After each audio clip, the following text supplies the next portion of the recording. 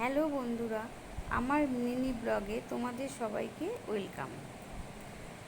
আজ আমি আর আমার ননদ ঘুরতে যাচ্ছি। এখন আমি বাড়ির থেকে বের হয়ে ননদের বাড়ি যাব। দেখি আজ কোথায় যাওয়া যায়। রাস্তায় যেতে যেতে কত কি দেখতে পাবো।